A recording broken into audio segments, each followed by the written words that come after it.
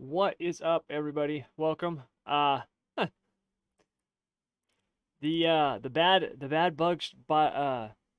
luck bug strikes me again with my videos. I don't know what's going on with this.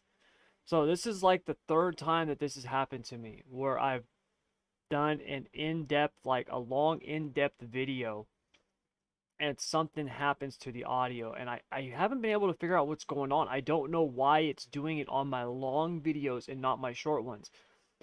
Now, as I say that, or as I was thinking this just a few minutes ago, getting ready for this, there is one constant that has happened with all three of them. The one constant is it seems that when I'm doing a really long video, I get a phone call, usually from my wife.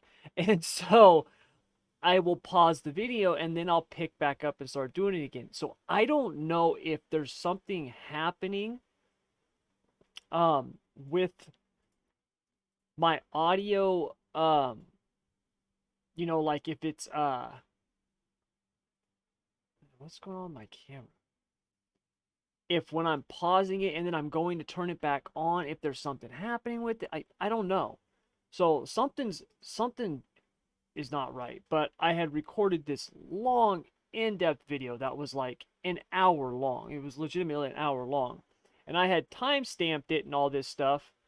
And so, it was going to be like good to go, you know what I mean? So you could like click and, jump to the different parts. And then when I go to edit it and stuff like that, my audio is bad. And I'm like, what the hell? So I was like, you know what? Because I had opened my big mouth and said that it was going to be out today, I was like, dude, I don't have time to record another video and then edit it. I don't. My in-laws just got back from Mexico like this morning at like 2 o'clock in the morning.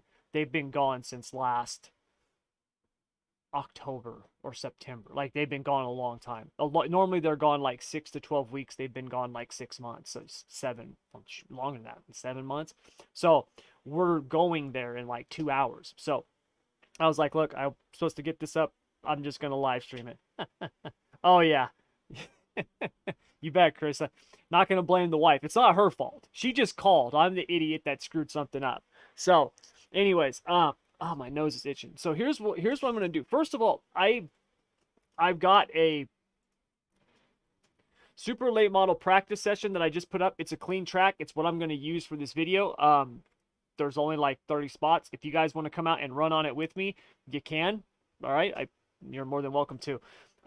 What I'm going to do is I'm just going to kind of walk you guys through. I'm going to show you guys some adjustments that I make. And then what I'm going to do is I'm going to show you the process that I go through for building these setups now, because it's completely different than what it was before. Okay, so basically we've got three like camps when it comes to the new tire on the super late models. You have people like myself who love it, right? You have people who hate it. And then you have this huge group in the middle of people that don't really know if they like it or hate it because they haven't been able to figure out the setup. This is what I get the most from people. I've had a ton of people who, and not just like posts in Discord, I mean direct messages like, dude, why can't I get this thing to turn?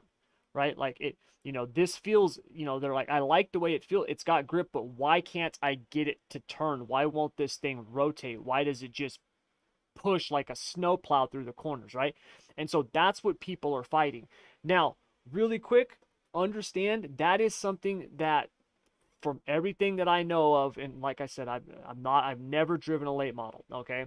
But from all the research and everything that I have heard of from people who are late model drivers, who actually race late models, from my understanding, that is what they deal with in real life. They're usually fight and push, right? They're usually fighting a push. More times than not, their car is too tight than it is too loose, right? There are rare circumstances, but that's what they're usually fighting.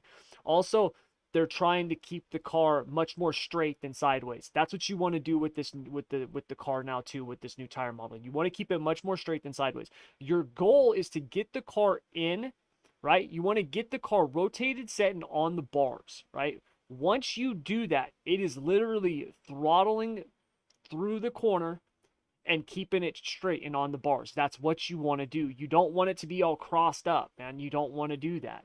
Even when you're running the bottom, you don't want it to be crossed up. You want it to be rolled over. You want it to be on the bars, but you want it to be driving around just at a much tighter radius, okay?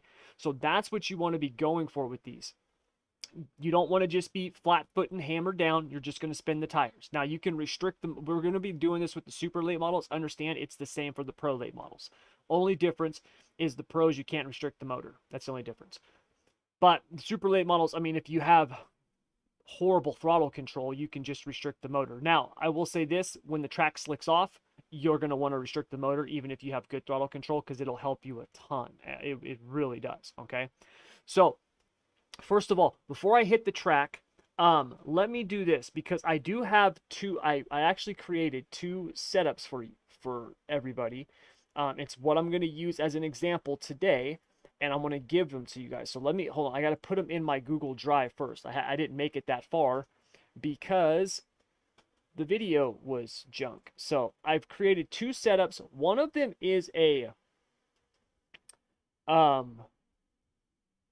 big track base setup. The other one is a short track base setup, okay? These are not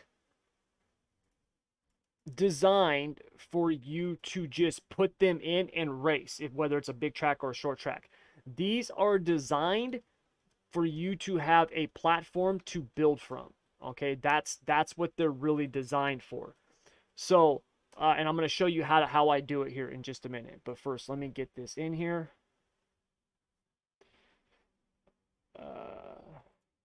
Okay, there's that. You can get the link. Okay, so right now in the chat, that is the link to the base setups. There is a short track base and a big track base. Now, we're at Lanier, which I would actually qualify as a short track. I would call this a short track. So we'll use the short track base for this setup, okay? Now, first of all, let me just go over a few things that have, kind of some of the bigger changes and stuff like that. So, first of all, tire pressures. Tire pressures were always something that affected the late models, even with the old tire. But there was times I would be up to like 14, 15 pounds, in the rears. I'd have like 14 in the right rear and like 10 or 11 in the left rear. And it made the car feel better. Also made it fast. Now, no, I'm not doing that no more. So basically, I don't get above 10 pounds in the right rear. You can, okay, but I don't know what spring combination and other stuff like that. I don't know what else you want to be doing with that to make it feel better. What I know is the stuff that I'm running, 10 pounds max in the right rear is good. I always run 8s on the left. I run 10 in the right front, and then the right rear, I run 10, 9, or 8. That's it. And a 1 or 2 pound difference in pressure in the right rear will have a big effect. Like if your car is tight all the way through the corner and you're running 8 pounds, if you go to 9 or 10, you're going to feel the difference. It's pretty incredible. So that is something you definitely want to keep in mind, all right? Stagger, you're going to be running a whole lot more stagger than what you probably did before. At least I know I am. I never ran a ton of stagger in the late models. I am running a lot more stagger now. Basically, this, short track base setup, I initially designed it at Fairbury, and then I tested it at the other short tracks to make sure that it kind of felt good as a starting point. And all of them, I mean, Fairbury, Kokomo, Lima Land, even Lanier, like I said, I count this as a short track, but I won't run 6 inches. I'll run like 5.5. I'm running a lot of stagger. You know what I mean? Like I would be running most of the time like 3, 4 inches, maybe 5. Now I'm like maxing it out because it helps that much. It really does.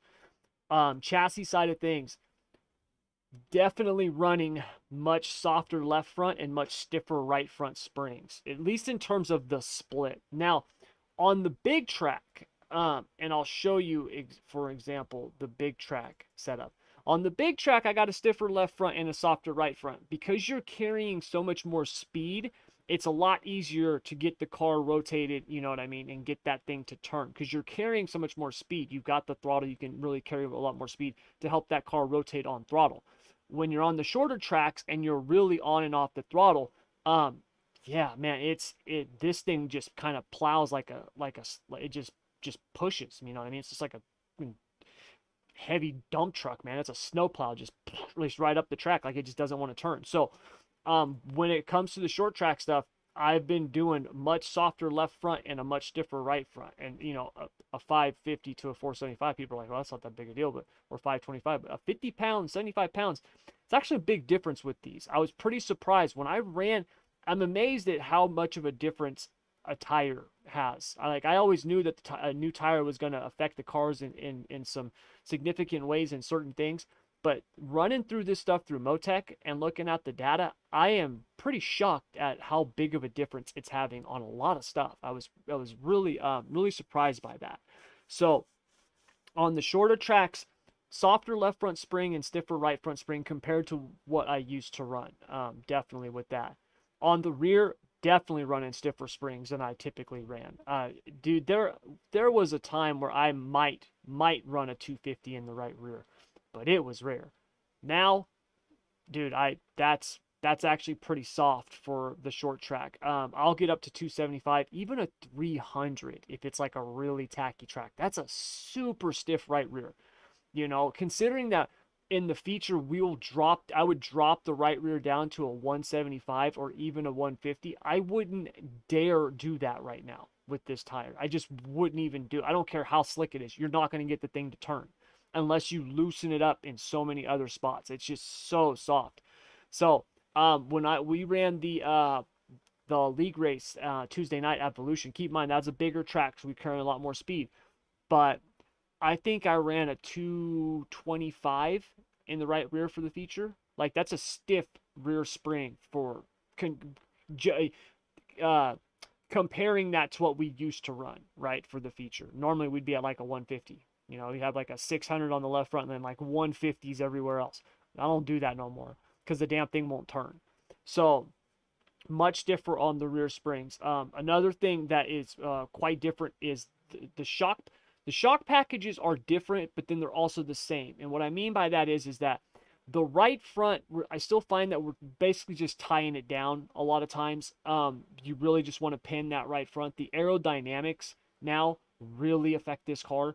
I mean, even more than they did before. The aero numbers that I got, it was nuts, the difference in the traction and stuff when you're not getting that aerodynamic, push in the rear. That was a huge difference. The left front, I will run anything from a tie down to an easy up. On the bigger tracks, I'll actually have I'll start with like a 5.3 on the left front, and I'll get this all the way up to a 9.3. If it's really slick, if I'm really trying to get that thing over on the right rear. But keep in mind, this left front is really what gets the car to continue rotating in the center, keeping the left front down. If it gets up too much, if you can't turn it with the right rear, the car's going to want to push. So there's a balance that you want to maintain here. This left front's going to have a lot to do. It'll fix a lot of problems that you're having in the center of the corner. Rear shocks, this is kind of just a starting package that I usually will go with here on the rear to kind of build off of, and it felt good when I did it, so that's what I did. That's why I left it. Now, another really big change is the ballast. The password is super. The password is super. The ballast this was really, really huge in terms of being different for me. I never went beyond -11. And what I mean by that is I never went further forward than -11. With my ballast, I ran either -11 or -16. And 9 out of 10 times, I just ran -16. Like, that's just what I used. Not anymore. Short tracks, I'm anywhere from -11 to -1. And then on the big tracks, I'm anywhere from -6 to -16. Huge effect. Now, this is one thing, and we're going to be talking more and more about this as we get deeper into this. The days of looking at this stuff, you know, because there's a lot, you know, a lot of static weight and stuff like that. The days of looking at that and being like, oh man, I just increased my left rear bite from 160 to 200. This thing's going to be tight or gone. That doesn't matter. It does not matter. I'm going to repeat that 100 times. You're going to get sick of me saying it. It does not matter. Okay? It just doesn't. Dynamic load is all that matters with this car now. Okay, I don't give a damn what your static numbers say. As long as it passed tech, great. It does not matter. What matters is the dynamic loads. You've got to rethink how you look at this car. You really do. Okay? Now, I use Motec to do that. But here's the deal. You don't have to use Motec, okay? You just want to think about it in terms of the way that weight shifts. All right? So, when it comes to making adjustments and stuff on here, if you move your ballast, right? Because if you look at what iRacing says, forward equals more understeer, okay? Excuse me. All right? You want to don't look at that and go, oh, well, I went from -6 to -11. It changed 3 pounds on the right rear. That doesn't matter, right? That static change, it doesn't matter. It could change 0 in static weight. It doesn't matter. What matters is when you're on throttle and off throttle, what's the dynamic difference going to be? So that's the thing that you always want to be thinking about when you're making adjustments with the car now is what is this going to do when I'm on throttle and what is this going to do when I'm off throttle? Okay. Now there is and I have my own matrix, but I'm redoing it right now because some of the adjustments that I had in the old matrix, they have different effect now, right? Some things that I used to consider a pretty major adjustment is like minor now, and then some that were kind of minor that I never really messed with are a big deal. So I'm redoing mine, but there is a PDF out there. Let me see where is it. It's by AFCO Racing. If you type in AFCO Racing late model suspension tuning or something like that, let me see if I can find it real quick. AFCO Racing late model suspension tuning.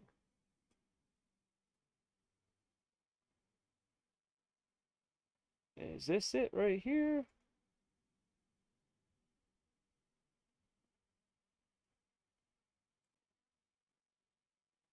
Where the heck is this thing? Okay, that's not it. Hold on. Hold on. Let me see. Let me find mine and let me put it into my shared files. And then I'll just give you guys a link to that as well.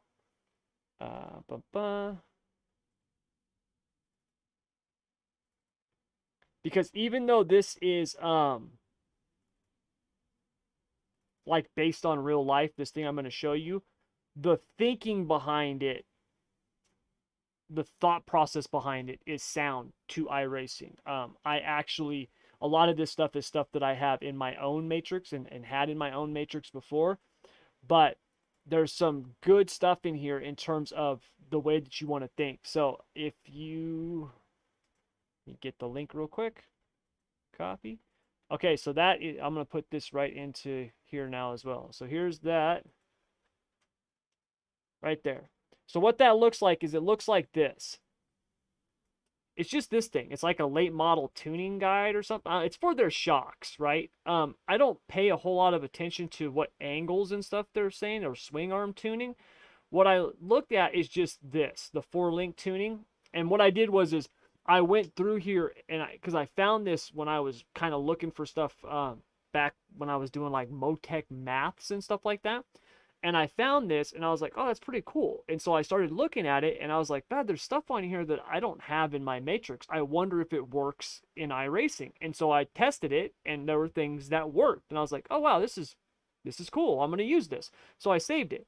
So if you look at this, it tells you how to tighten the car and how to loosen the car on and off throttle for entry, middle, exit. There's some stuff in here that really works. Some stuff doesn't, okay? And that's why I'm redoing my matrix. I want to add a couple of these things, but also I'm testing the other adjustments. But you guys can get this and use this when it comes to the springs increasing, decreasing the bump or the rebound, stuff like that, like those things work and they work well. So there are adjustments that I use myself all the time.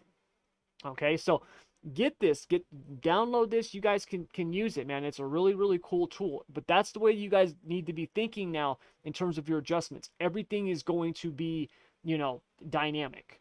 It's all about the dynamics, man. Static does not matter. I'm going to give you guys an example of this in just a minute. So that's the ballast. Droop chain really quick, 25.5 is what I found to feel good. I tried 26 and 26.5. It just didn't feel good. I don't know why. I can't tell you why. I just don't know. 25.5 felt good. That's what I use. The J bar and the trailing arms are probably the two most radical changed components for me. And that was a horrible way of saying it. So I used to basically keep the axle J bar at 10.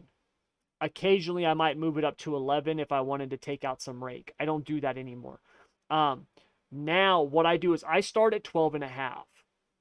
And I usually will start with the chassis J-bar at either 15 or 16, somewhere right around there. And that's where I start when the track is tacky. As the track slicks off, I increase the rake.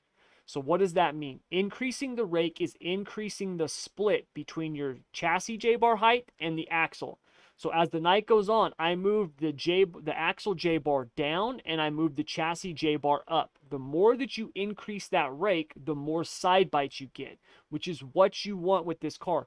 Because I don't want you to think about side bite in terms of like going into the corner and the car like catching, gripping, just boom. That's not what you want to think about in terms of side bite.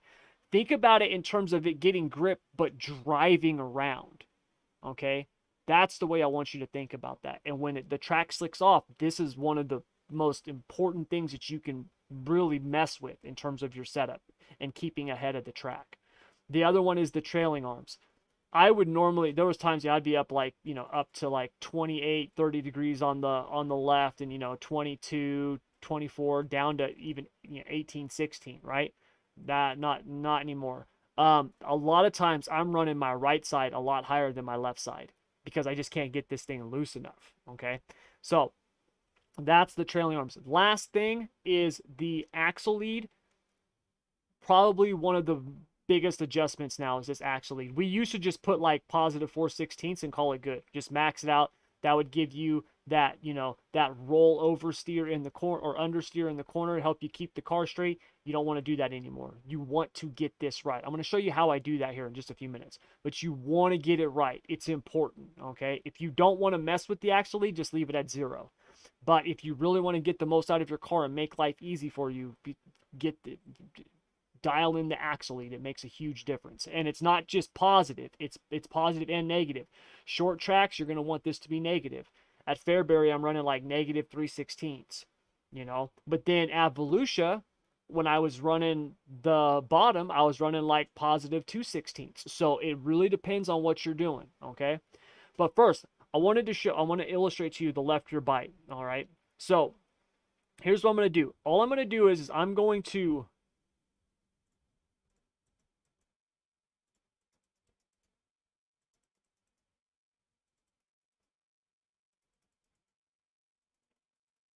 we're going to take the left rear bite down to 93 pounds, all right? And I'm going to go out and turn some laps. Okay? Now, you remember when we would do like 93 pounds of left rear bite before, okay? Like the car basically would like spin out, right? Like it had like no grip, it just wasn't good, okay? So you got 93 pounds of left rear bite on the car.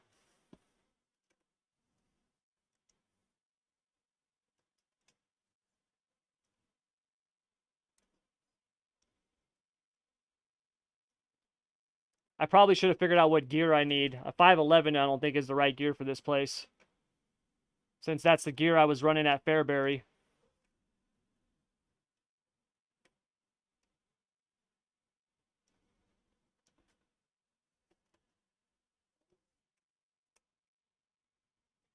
If I can keep off the shelf, stop screwing myself up. There we go.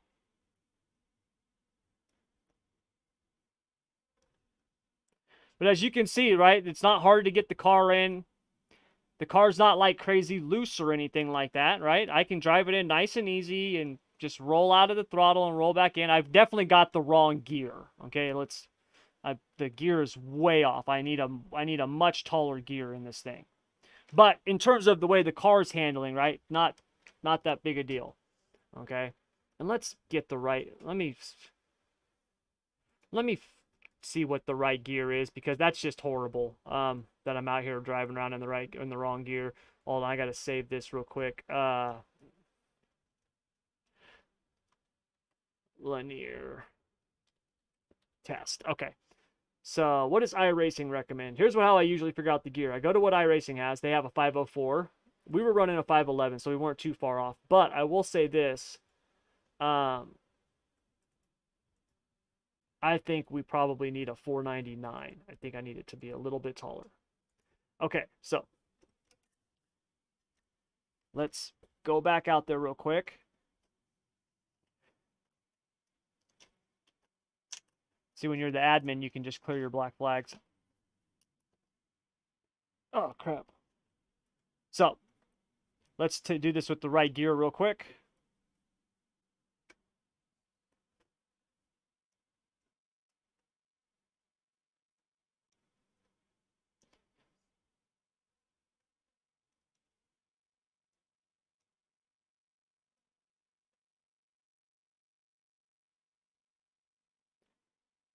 Now, as you guys can see, right, the car drives nice and easy. It's not tight. It's not loose, right? I mean, it's just, and that's the way you want to keep. It's the way you want to drive these things. You want to keep them nice and straight, on and off the throttle, easy, right? Even if you're at a big track like in Eldora or something where you're going to be running like flat out a lot of the time, you don't want to just be off the throttle and smashing it. You've got to roll into it, man. Otherwise, you're going to break these things loose.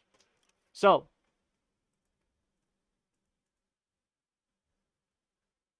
that was 93 pounds. Let's max this out.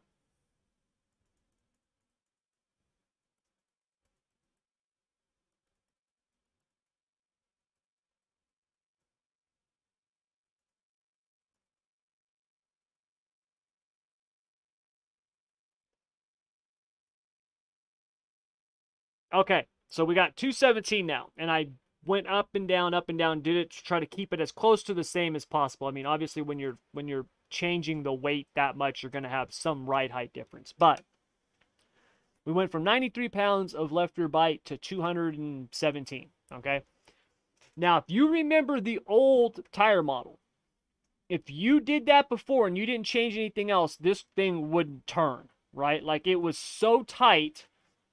You would have to get completely out of the throttle, okay? Watch this. Pay attention to my pedal and my wheels so you can see that I'm not, like, having to, like, break it loose or anything.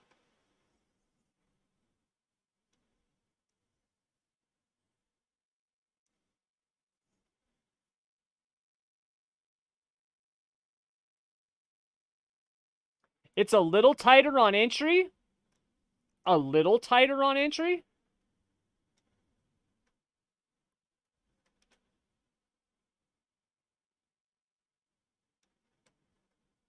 But it's nothing crazy. It's not like it used to be where if you did that much, you couldn't get the car to turn. It's not like that anymore. Right? See that? Left rear bite now, you need to look at that as a fine-tune adjustment. That's what left rear bite is now.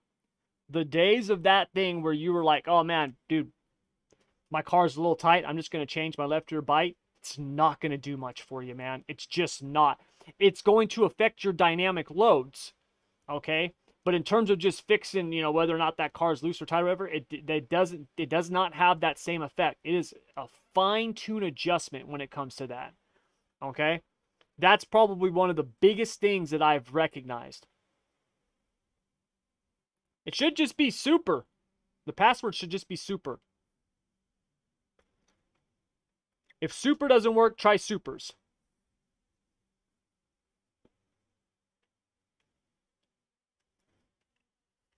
Let me see. +2 has been the sweet spot for me on big tracks. Yeah, Kyle.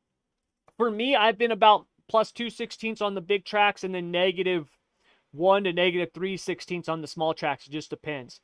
So anyways, that's the left rear bite there. Okay.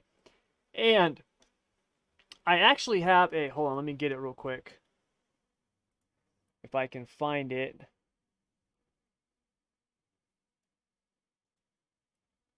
So this was,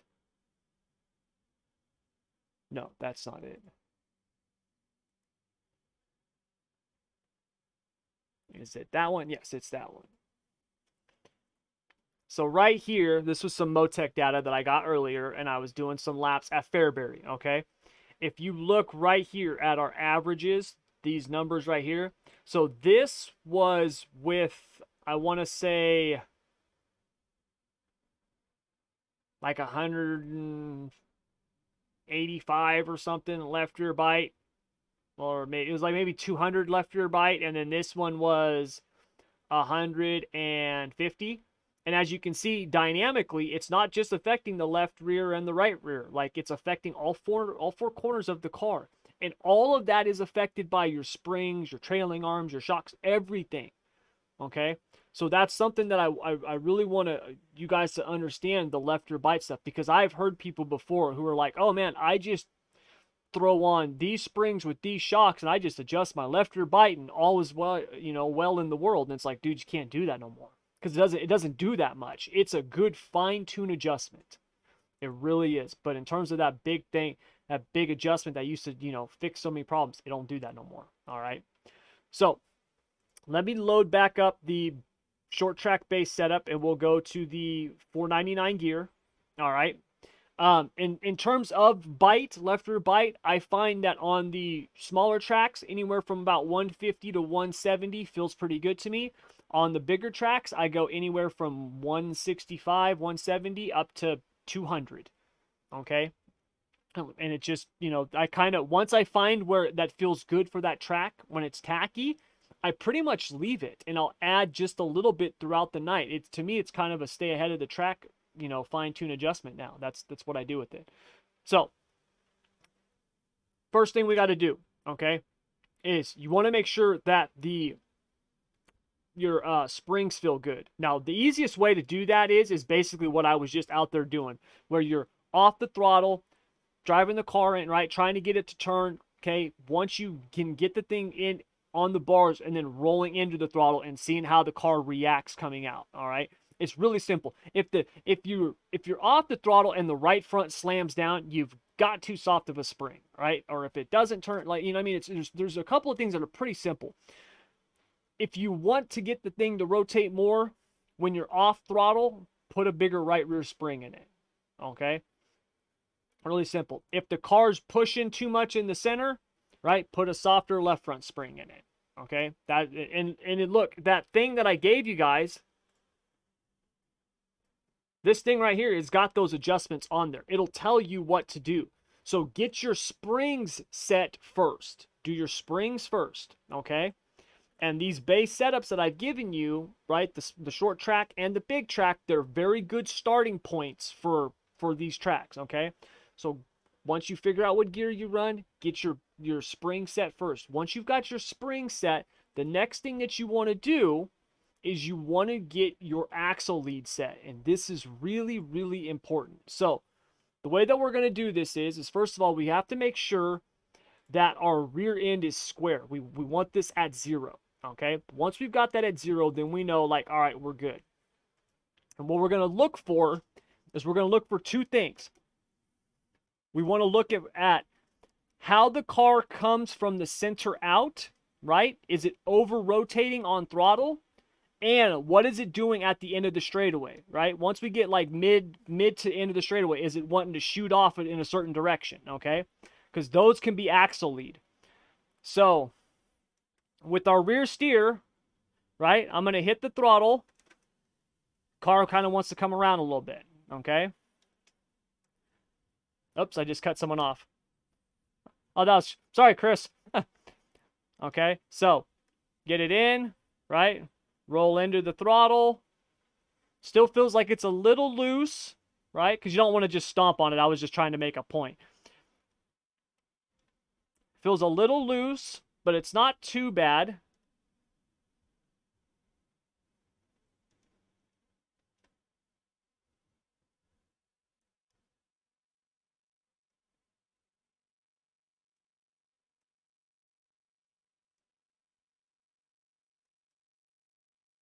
It's just a little bit, and then it's a little bit, and then that little shimmy. And it only does it every once in a while. And honestly, I think it's more driver. It's more me not being that good of a late model driver.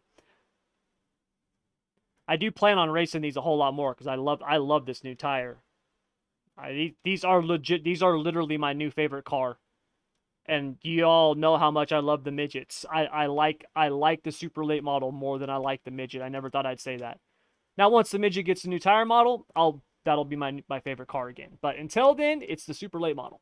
So it was really, really slight, but it was just a little bit there. So the way that you're going to adjust this is you're going to do the axle lead. Now, really quick on the axle lead. All right, let me show you guys another little illustration that I've got here. You have roll oversteer and roll understeer. All right, and iRacing kind of does a horrible job of explaining this. Okay, because here's what they do. If you hover over this arrow, you can see axle lead controls the static roll, blah, blah, blah, all this stuff they explain. Adding positive lead leads the right rear tire and adds understeer. Well, here's the question. Am I adding positive lead when I click this button and now it says 4/16? Did I add positive lead? Or is it positive lead when this final number is positive? What is it, right? So it can be really confusing. Here's what you need to know, okay? RB, RB. Now you're probably thinking, Tommy, what the hell do you want? Right button, which is this, right back. If you hit the right button, it's moving the right rear back. If you hit the left button, it's moving the left rear back, okay? So when you have positive, or when you have the negative axle lead, right? If it's at negative 4/16, okay? Where's my other little diagram that I had? Where'd it go?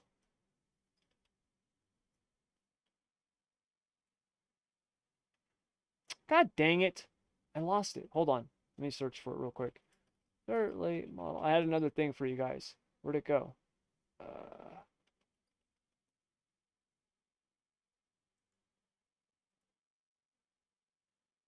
No, that's not it. Where'd it go? Oh. Anyways, so I'll just get the regular picture that I had.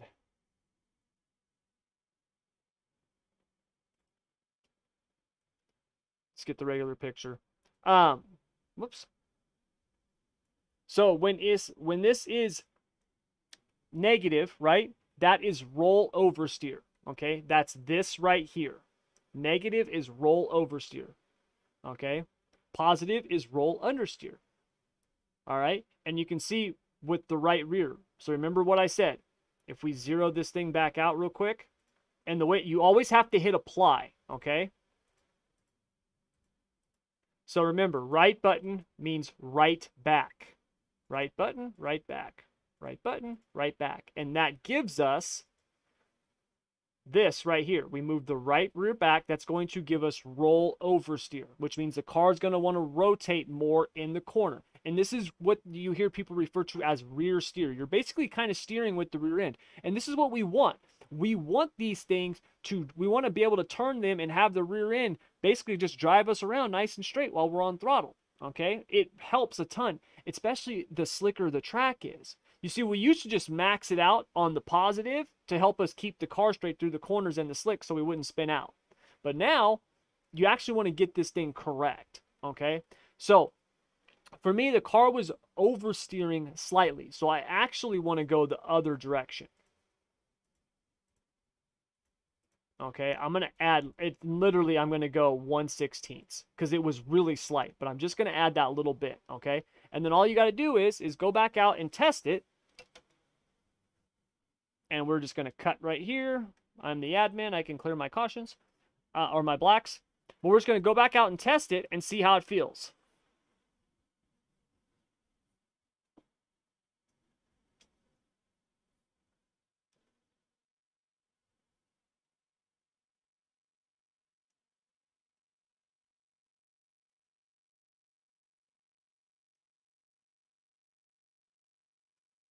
Much better.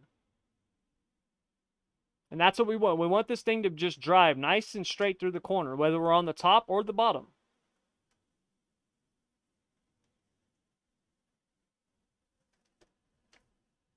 We don't want to hit the slick like I just did there. Okay? So that's the first thing that you want to do. After you get your springs dialed in to where they feel good, you want to set that axle lead. Okay? Because now we're going to start building everything off of that. All right? So, before, and I've got so much stuff open here, before we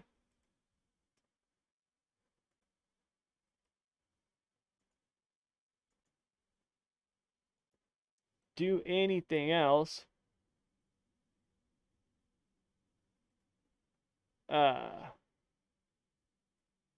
does anybody have any questions? Yes, this transfers to the pro late models, David. Absolutely. The reason I'm using the super late models is because it can be more exaggerated because they have so much more horsepower. But yes, absolutely, I use the exact same process for the supers and the pros. Nothing changes.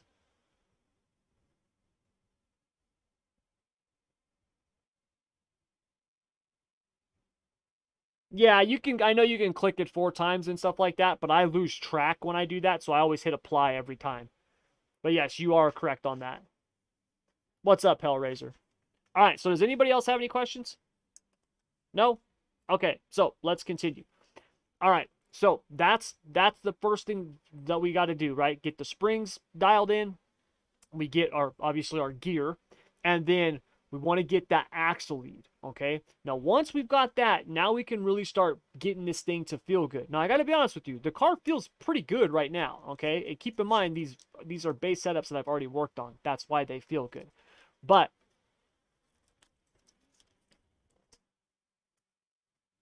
as the track slicks off, this is where people are going to have a lot of problems because there's a really trying to think of the words.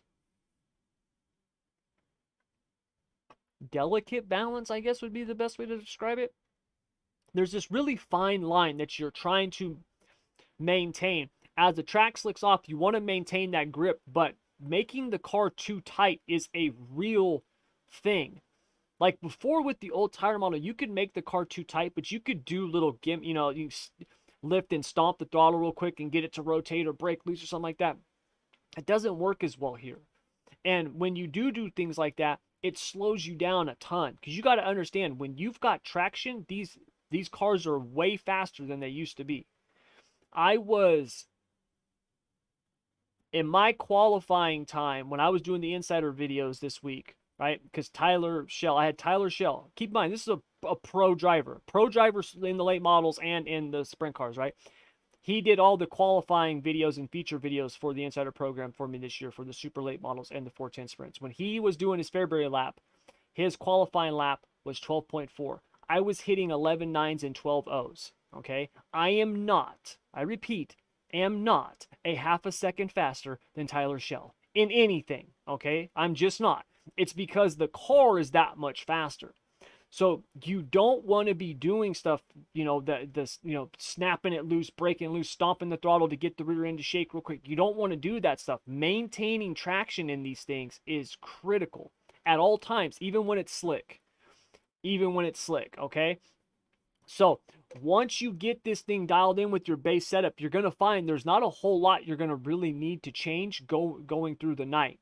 You're going to be doing some adjustments to help yourself stay ahead of it, but you're not going to need to do major spring changes, right? Crazy, trailing arm changes and stuff like that, unless you completely missed it on the base. If she rolls off the truck good, she should be good most of the night. Okay, that's the God honest truth, all right? So as the track slicks off, and if we look right now at somebody else out here, so we can look at the track, you can see it's starting to slick off some, but it's not getting crazy slick, but it is slicking off. So one thing that I would start doing is I would actually take a little bit of stagger out, not a ton, but take a little bit out, and then just making sure someone's not calling me. And then what I would do is I'd increase my J-bar rake. In an official session, basically, I would be going about an inch down per session on the axle and like an inch up on the chassis. If it's a league race, I might be going up an inch and a half on the chassis and then an inch down on the axle. It just kind of depends on how much the track is slicking off, right? I mean, if you're in a league race like we had Tuesday night where there was, 40 cars, you know what I mean? We had 4 heat races, 3 consolations, we had a lot of stuff going on. So that I was almost maxed out in my J-bar rake by the end of the night. But if you're looking at an official, right, doing an inch down and an inch up, you'll be pretty good. And what that'll do is that'll help the car when you go into the corner, it's going to help that thing basically rotate on throttle. And you're going to do it in a way to where you're not snapping the car loose. It's driving around, which is what you want. I guess I should drive with 2 hands, huh? Probably be better.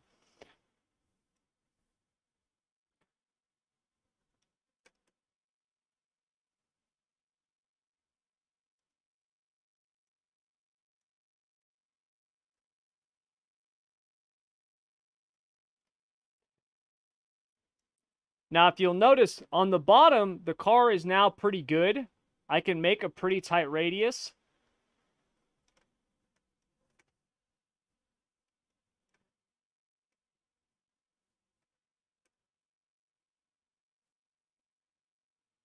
But up top, if I get on it too much, the car's going to want to, it wants to kind of come around on me. And that could be that increased J-bar rake. So one of the things that I do with the J-bar rake is as I increase my J-bar rake, I will also increase my left rear bite. And I'll even increase the left rear bump on my shock.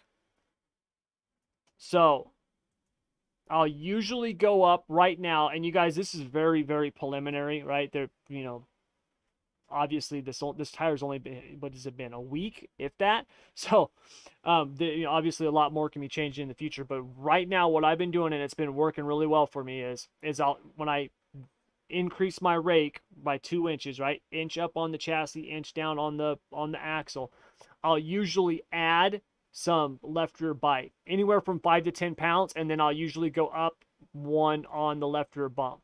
Okay, so that's another thing that I'll do. And the way that I'll usually do that is for my ride heights, I'll just raise up the left rear, usually like 2 or 3 clicks, and then I'll drop the right rear like 2 or 3 clicks. Okay, and that's a way that I'll counterbalance that. Also, before I forget, ride heights on the front, right front, anywhere from 4.2 to like 4.5. I find works really well. On the bigger tracks, you can actually run it a little bit lower because you're carrying so much speed. The right front is basically pinned anyways because of the aero. On the shorter tracks, you do want it higher just because it'll slam down, and bottoming out is a real thing. So I try to keep it somewhere right around there. I don't rake the car as much as I used to. In fact, I rarely rake it at all. Ugh, that's a tongue twister. I rarely rake it at all anymore. There we go. Because this tire, you don't have to. It has enough grip in itself. So let's see how this feels.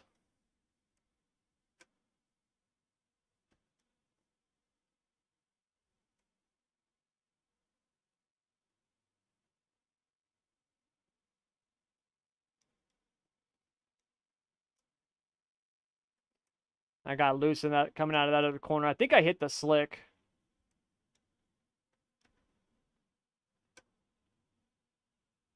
Yeah, I hit that slick patch.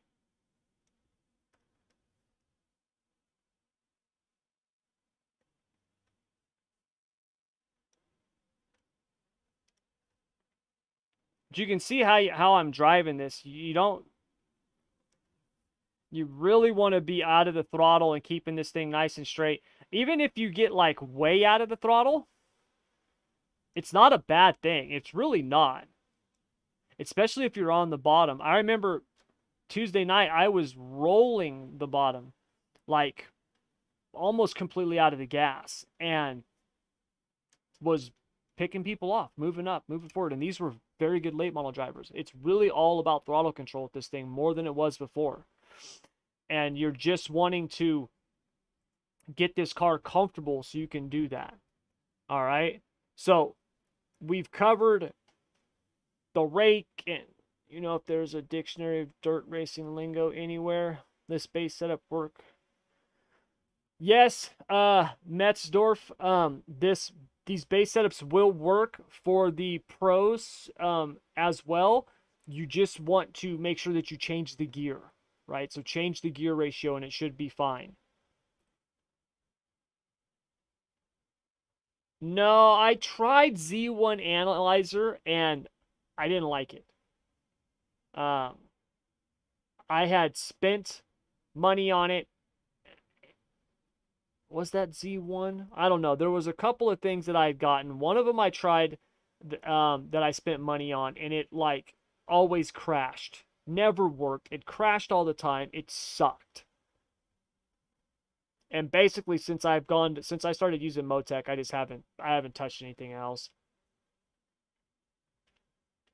Hellraiser, there is a dictionary of racing lingo out there. What do you need? What do you need help? What word is it that's confusing you? Because forgive me, this is, yeah, Michael, you can try the set, man. Here. Track slicked off a little bit more. Hold on, let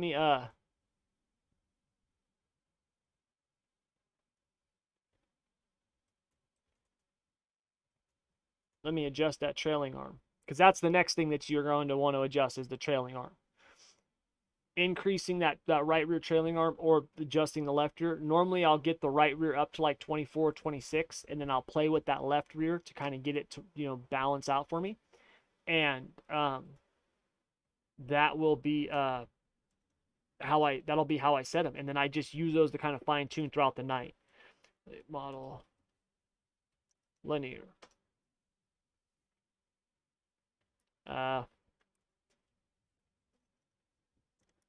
Hey, you guys, I just shared the base setup I was doing in the video if you guys want to try it. So that's the J bars and trailing arms, all stuff like that. The last thing is going to be the shocks. And the shocks I have found to be really, really critical. Now, the right front, you can actually, I mean, if you set this at like 2.9 and leave it, you'll probably be fine. There are a few instances where you might want to increase the bump and decrease the rebound, but it's actually pretty rare. For the most part, I start on the short tracks, I start with the 2.9 on the right front. On the big tracks, I think I start with the 3.8. Like, and I don't mess with them too much in terms of the shocks. Now, the other three shocks I play with a lot. So typically what I do is on the shorter tracks, I'll take a little bit of rebound out and increase the bump slightly as the race goes on. And when I say slightly, I mean like maybe one valve per 2 sessions. So if I start with a 2.4, right, like we had in qualifying, by the time we get to the feature, I might have a 3.3 or a 3.4, something like that. Like, I won't mess with it too much unless the car doesn't feel good. Then I'm adjusting it, okay? Now, on the bigger tracks, that's a different story. So usually as the track starts to slick off, I'll actually be increasing the bump and decreasing the rebound because that just helps that car. It gives you a little bit more right rear drive.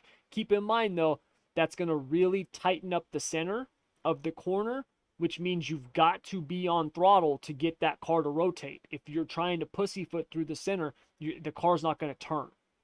So it's really this right here is going from the center out. Is going to have a huge effect on the car on throttle. Okay, so if you find yourself trying to roll through the center and not give it any gas, I would not suggest putting an easy up shock on that left front. It's going to make the car very difficult to drive. If you are somebody who likes to be on throttle through the middle, if you're someone like me who drives through the corner as opposed to driving in to the corner, doing that is going to help. Okay, it's going to give you a good drive off. So that's what I'll do for the left front. The left rear, typically I will just increase the bump as we go through. Not always. There are times I will leave it, but for the most part, if I start with 7, I'll probably be at an 8, maybe a 9 by the end of the race. Okay, that's kind of how I'll stay ahead of the track. For the right rear, I'll actually increase the rebound like every 1 or 2 sessions to kind of stay ahead of the track. So what I mean by that is, like, if we're doing qualifying and I've got a 4.5 on the right rear, after 2 heat races, I'll go to a 6. And then after, the consolation, I might go to a 7 and leave it there for the feature, right? Like, that's kind of how I'll stay ahead on the shocks. If the track is really slick, I will decrease the bump, but for the most part, I might decrease it 1 or 2 at the most. I don't go crazy with the decreasing the bump on the right rear. I try to leave it somewhere between 3 and 5, maybe 6 in certain situations on the shocks for the right rear. Okay, so that's how I kind of set it up, build the setup, and then stay ahead of the track with these late models, and it works well. Like I said, I've only done so much, but so far what I have done, it makes it feel really, really good. And not only that, it's fast, which is really saying something. You guys should know I am not a late model driver. So for me to be competing with very good late model drivers, right? Like, that's not because I'm the world, I'm awesome. That's because I just happened to figure this out before they did. So now that I'm showing everybody how to do this, they'll be back to kicking my butt. But until then, right? It was fun while it lasted. But anyways, I mean, that's really it, you guys. It's not too complex. The main thing is you just want to really get the car loose from the get-go. Having the car loosened up makes a big, big difference. It's much easier now to have the car be loose in the beginning and bring it back than it is to try to have it way too hooked up and then, get it there. And what I mean by that is, like, loosening it up. It makes it way difficult. You don't want to be trying to loosen your car up as the track is slicking off. Oh, sorry. All right, so that's really it. I say that's really it, but that was a lot. I mean, we covered a ton, but yeah, you guys, that's pretty much it. Do you guys got any questions or anything like that? Is there anything else that you guys want me to cover with these things? How to do it, when to do it? If you're getting the rear end to wiggle on the straight, is that just too much throttle? Well, it could be, red. It could also be your axle lead.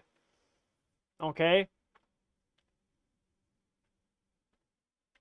So which way is it wiggling? Yep, David, no problem. I'm glad. I hope it helps, man. Thank you very much for coming out. Robert, the old setup matrix is still good. The old setup matrix is still good. But of the adjustments, there's just some now that are more important than others.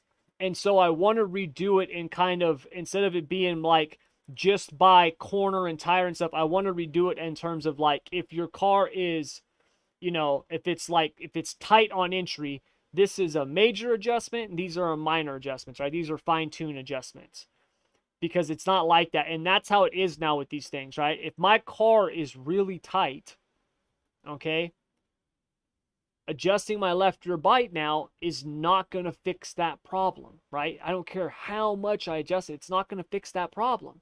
If it's really tight on entry, I need to make like a spring change.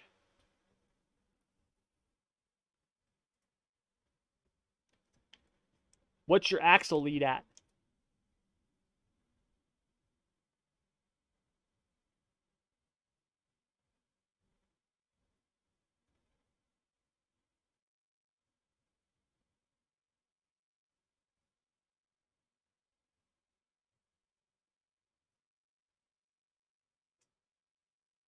It's at +1.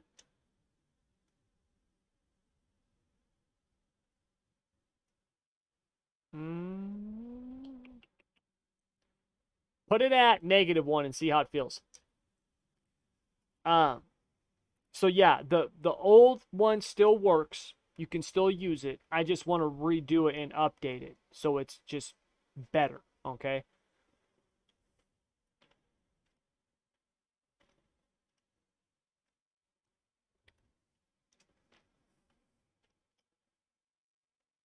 Yeah, that could be actually, that could also be your droop chain. So that was one of the things that I found with the droop chain when I got it past 25.5. The car felt unstable to me. I don't know why that was. I don't even know if that was a coincidence. I just know that when I put it back to 25.5, it felt a lot better. And so there's a there's a point on the car where when that thing, basically raises up, right? And that left front or that left rear kind of kicks forward, right? The way that those late models do. If we look at, if we watch Ryan's car here, right? When that thing lifts up like that, there's a point where that weight transfer and it wants to like kind of kick on you. And I don't know if it's the droop that was causing it for me. It was, lifting up too much and that's why it felt unstable. I don't know. But I just know that when I put it back to 25.5, it felt better. So that the too much droop can definitely do that. The axle lead can definitely do that. Your ride heights can have an effect on that. One of the things that I found with these is that you want to, you really, we used to like drop the front and then raise the rear, but you don't want to actually do that. What you want to do is you want to, I try to be somewhere between like 38. I'm about at the minimum I like to be right now, which is usually about 38.8.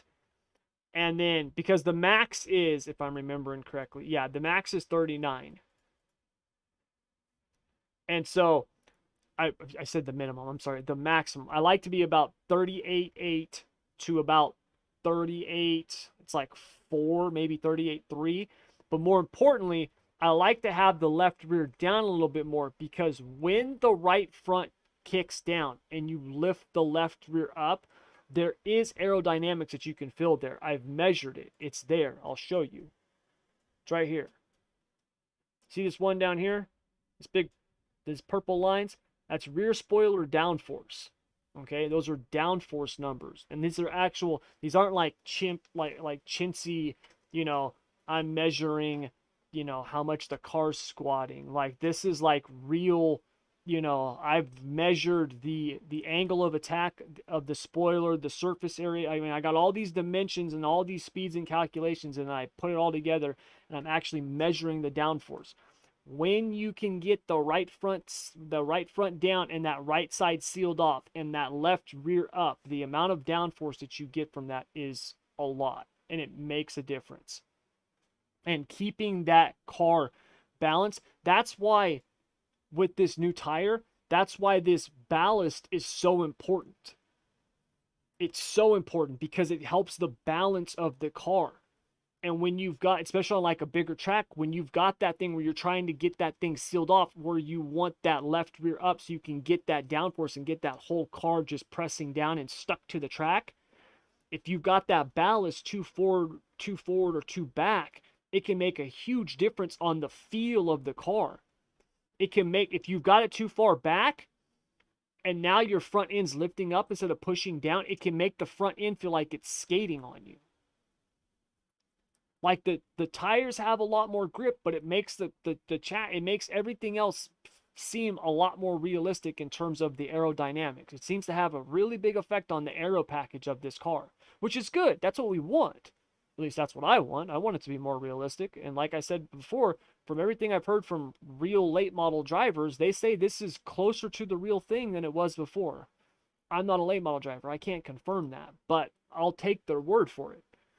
So that did the trick. Right on. Sweet. So yeah, and you can see, he his axle lead, I told him to put it at negative 1/16. Mine was positive 1/16. That is not a line in the sand. That is not a hard and fast rule like, hey, do this and you'll be fine. It's going to be based on everything else that you have. That's why I try to get the axle lead set first, and then I build everything else around that now.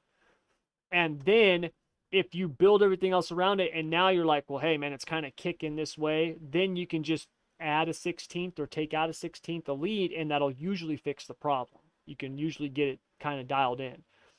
Because like, who was it? Kyle, who said, it's like 3/16 is what he's running at the big tracks. You know what I mean? Yeah, droop chain, Man of Concrete, droop chain makes a big difference. And that's why I've got mine at 25.5, and I just leave it there now. When I tried to go above that, it just didn't feel good to me, and I don't know what it was, what the cause of that was. I haven't had the time to, dissect it in Motec, but for whatever reason, the car didn't feel good when I got that droop up higher. So yeah, but no, it does make a difference. It used to be like we would increase the droop and like it made the car a little bit tighter on a slick track, right? You'd be like, all right, sweet, got some more grip. Now, no, man, that makes a huge difference. So, all right. Any other questions? We've been at it for a little bit more than an hour now. Anybody else got any questions? Oh, Hellraiser. I'm sorry, I didn't. It's with the sprint cars. Everyone asks me what winged over means. I'm not sure if. Oh, Hellraiser, winged over just means when the car is winged over. So that's how think about it in terms of a late model, right? When they talk about a late model being at full droop, when it's driving in the thing, the left rear's down, you got the frame all up. That's what full droop is, right? So winged over is just how a sprint car is when it's driving in that and the car is literally winged over, the left side sucked down because of the wing. That's when a car gets winged over. That's all that means. So it's one of those things that people do, and I try to remember this and catch myself, but a lot of times I forget, because for me this is my second language, right? Like, I'll talk like this around my wife and my kids. They look at me like I'm from outer space. They're like, what the hell are you talking about? We don't know what that means, right?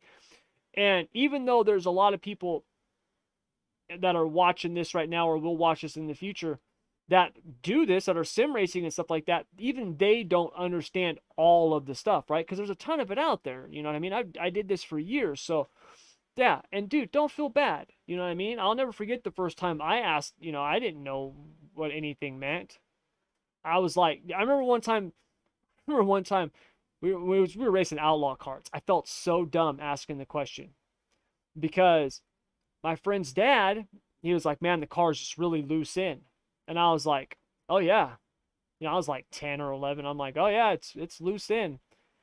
I'm like, Chuck, what the hell does that mean? I don't know what that means, dude. What's loose in mean? I go, is like the wheel gonna fall off or something? Like, what's that mean? You know what I mean? Like, I had no idea what any of that stuff meant. No clue.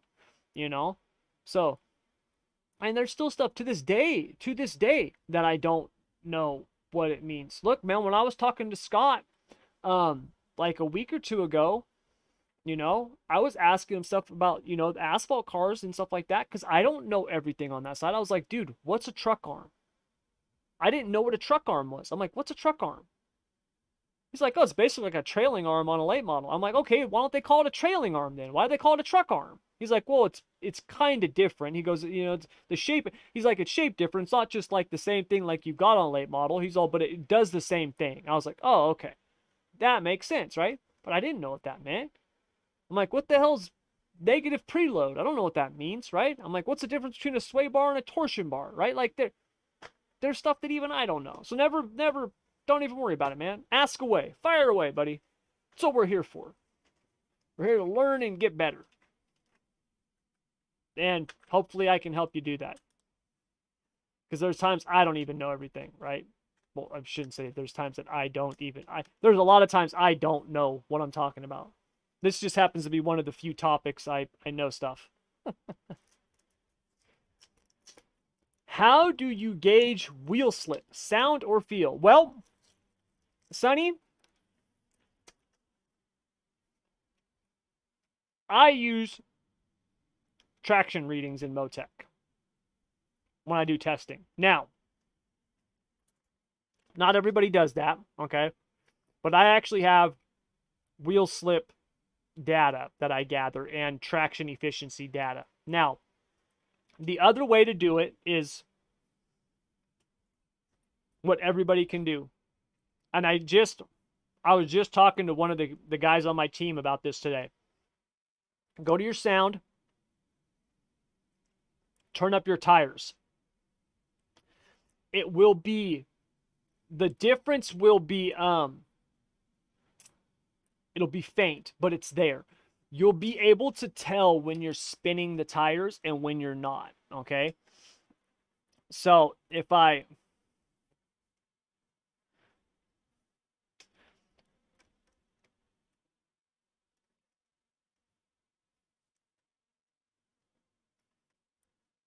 so you hear how right now how we're nice and even, and how we're making a gradual increase in terms of the sound. Now, did you hear that right there? Where there was that, it got really high pitch. It was just for a split second. You hear that? That you just went like that. It's just high pitch. It's that quick, right? That's wheel slip. When you hear that, you can hear wheel slip. Now, along with the sound that motor is making when it winds up, there is a very faint, you guys probably can't hear it because you're not wearing my headphones, even though the sound's coming through to you. But there is another faint sound in there with the tires that it'll make. So you know, on the asphalt cars, you can actually hear the tires. We kind of get that sound on dirt. Not as dramatic, but we do kind of get a scraping sound that the tires make that you can actually hear. And when you turn that up, you'll actually be able to start hearing that. And what you'll be looking for is the combination of those two, right? When that motor starts to sing like that, and then you can hear, because there's times you're going to be spinning the tires and it's because you're just in the slick, right? And that'll happen really quick. But then there'll be times where you're actually on the tack and you're on the tacky dirt and you're starting to spin the tires because you just stomped on it and you broke them loose. Okay. And that's going to be a little bit different sound. So it's just a matter of get that sound turned up. I always recommend people wear headphones. You can hear the sounds much, much better. And then just practice driving. And what I tell people is dude, go out there and drive through the slick. Intentionally drive through the slick. Drive through the slick and stomp on it, right? Yes, let's put it in gear first. But drive through the slick and stomp on it. Step on it, hear the tires spin, hear that motor wind up, right? Get that sound, be like, okay, that's what it sounds like. That's what it sounds like, right?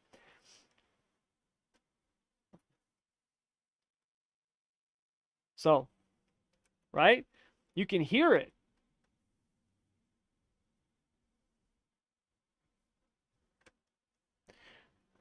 But just get that sound in your head, because then what'll happen is as you're driving, as you get better and better, you'll start being able to control your throttle without even having to think about it. Your foot will react. It'll become muscle memory. It'll just become instinct and reaction.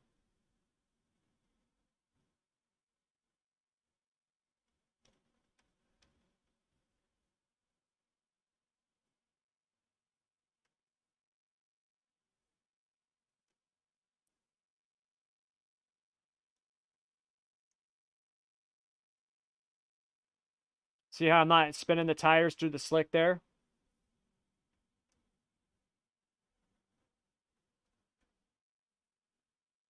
And you can see I'm slowly gaining on the car in front of me.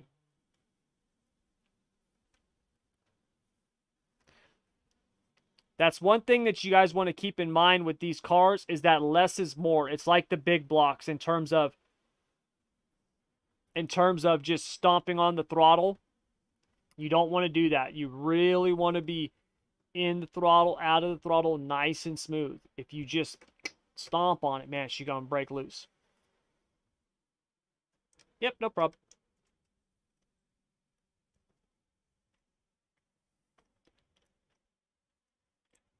Are you kidding me? You guys can't hear my... This whole time you haven't been able to hear my car?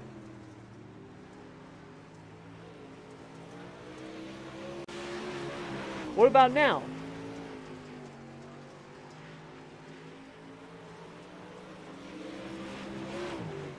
Can you guys hear the sound now?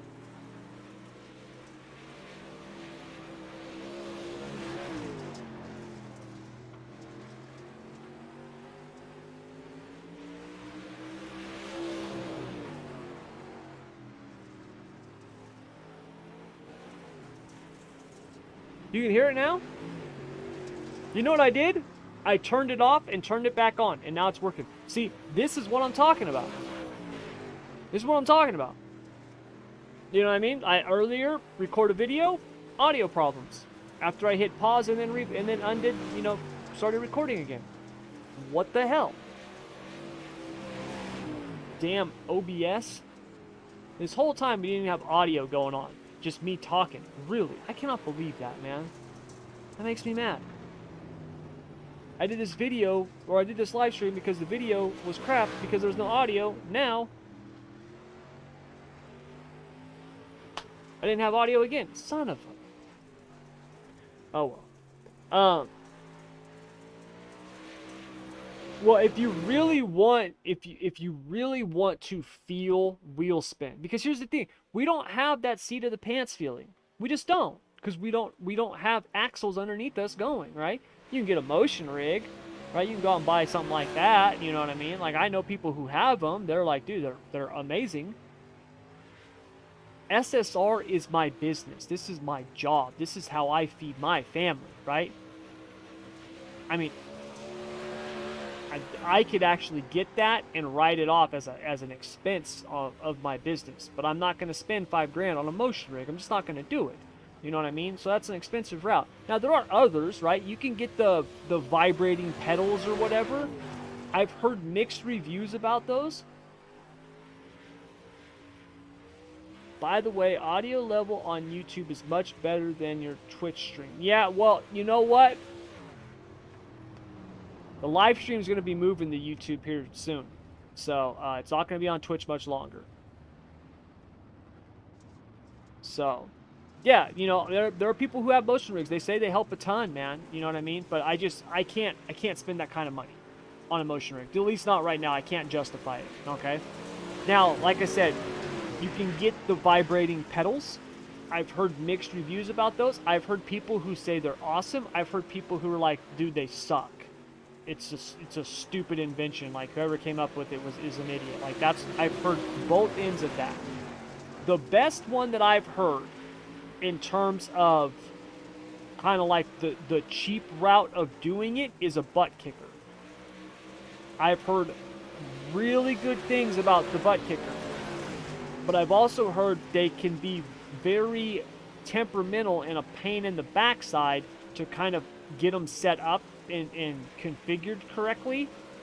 So I know now that they have like a whole package that you can get where it comes with the butt kicker and the software, and all of a sudden you just like, kind of set it all up, hook it all up, load up everything, and then you're just playing with settings.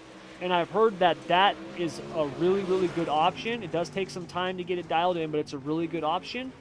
And so I've actually been looking into those. Yeah,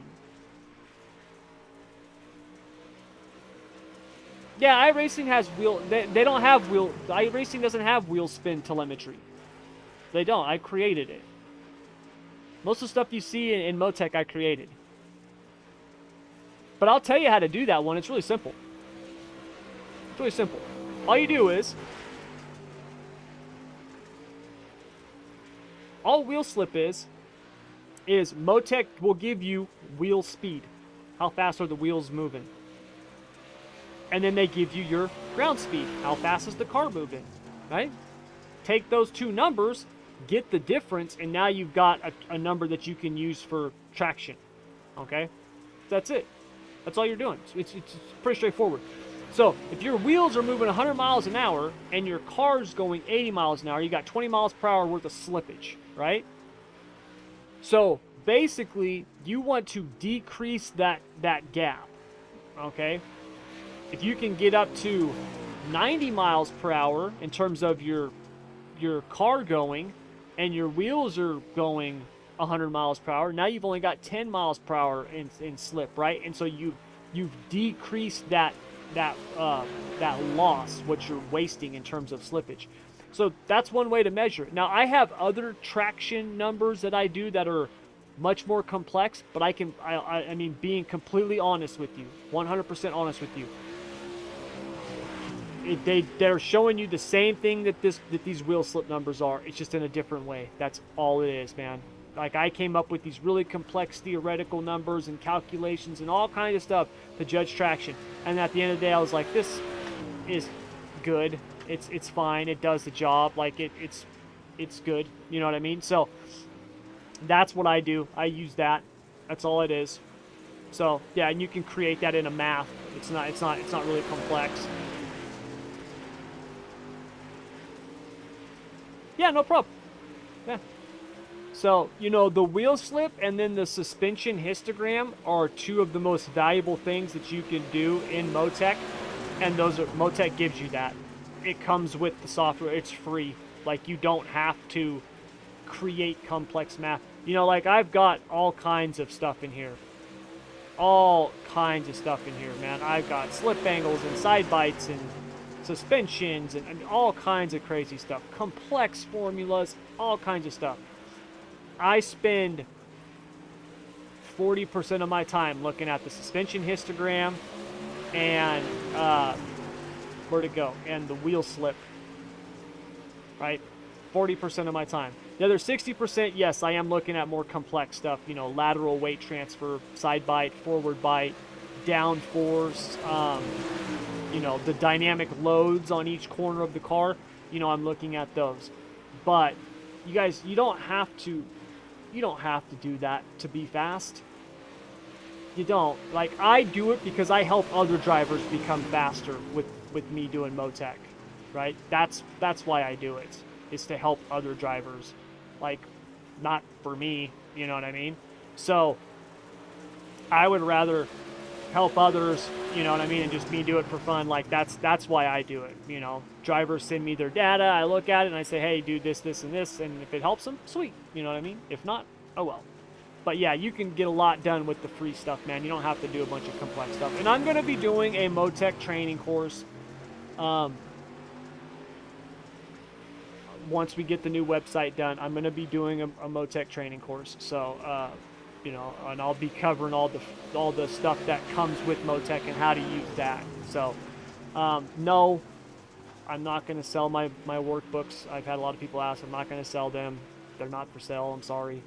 I'm not going to teach. That's the one thing I keep to myself. I'm sorry. But, you know, I'm going to show everybody how to use the Motec stuff that comes with Motec. So maybe I'll teach one or two things that are my maths. But, yeah. So we'll be doing that in a couple of weeks. But you guys, like I said, you don't have to know Motec to be fast in these cars or any cars. You know what I mean? You don't have to. You really don't, man.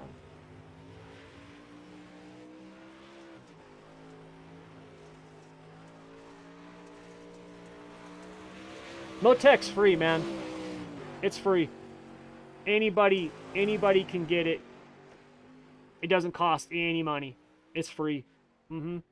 If you go to and I'll show you the video to get it.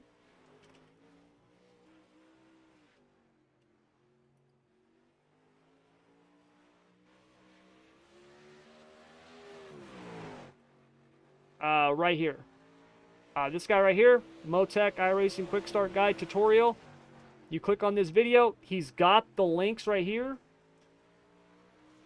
To download them, you need the Motec software. You need the MU installer. These are the exact links that I got them from. There you go. So, yeah, it's really, really easy to do. So, and like I said, completely free. Doesn't cost any money. And Motec's what that's what like NASCAR guys use and stuff like that. Formula One, like they use Motec, which is cool. It's like a cool thing to learn. It's a cool thing to know. You know what I mean? Like I can actually, I mean, I doubt they'll ever be getting a job in NASCAR, but if NASCAR ever comes a calling, I can be like, oh yeah, I can help you with that. No problem. No problem. I'm glad you called me, Hendrick Motorsports. I would be happy to help Chase Elliott win another championship. That'd be the day. Yeah, no problem, Sonny. No problem.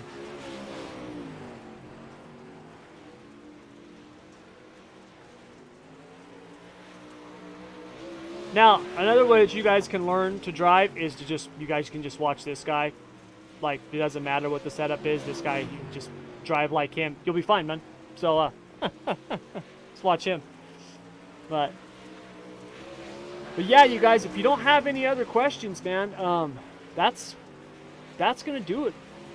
You know, that's pretty much it. You know what I mean? I'm gonna do, I'll be doing more videos here in the future where we look at stuff individually, like individual aspects of it, right? So looking at just the springs and when to change them, or just the shocks, or just the J-bar, you know, things like that, and kind of get in depth in individual components more. But in terms of the overall, knowing what to do, how to do, and stuff like that, that's what I do, you guys, and it works. I mean, that's the process that I go through to build the insider setups. And once you get, you know, once you do it a few times, you'll be able to knock a setup out in, you know, an hour. You know what I mean? So maybe less. But yeah, you guys, that's gonna do it, man. I'm gonna call it a day. Maybe go turn a few more laps here, and then get ready to go see the in-laws. They just got back from Mexico. So that'll do it, you guys. As always, thank you very much, man. I appreciate you guys coming out. Until next time, as always, good luck, good racing. Take care.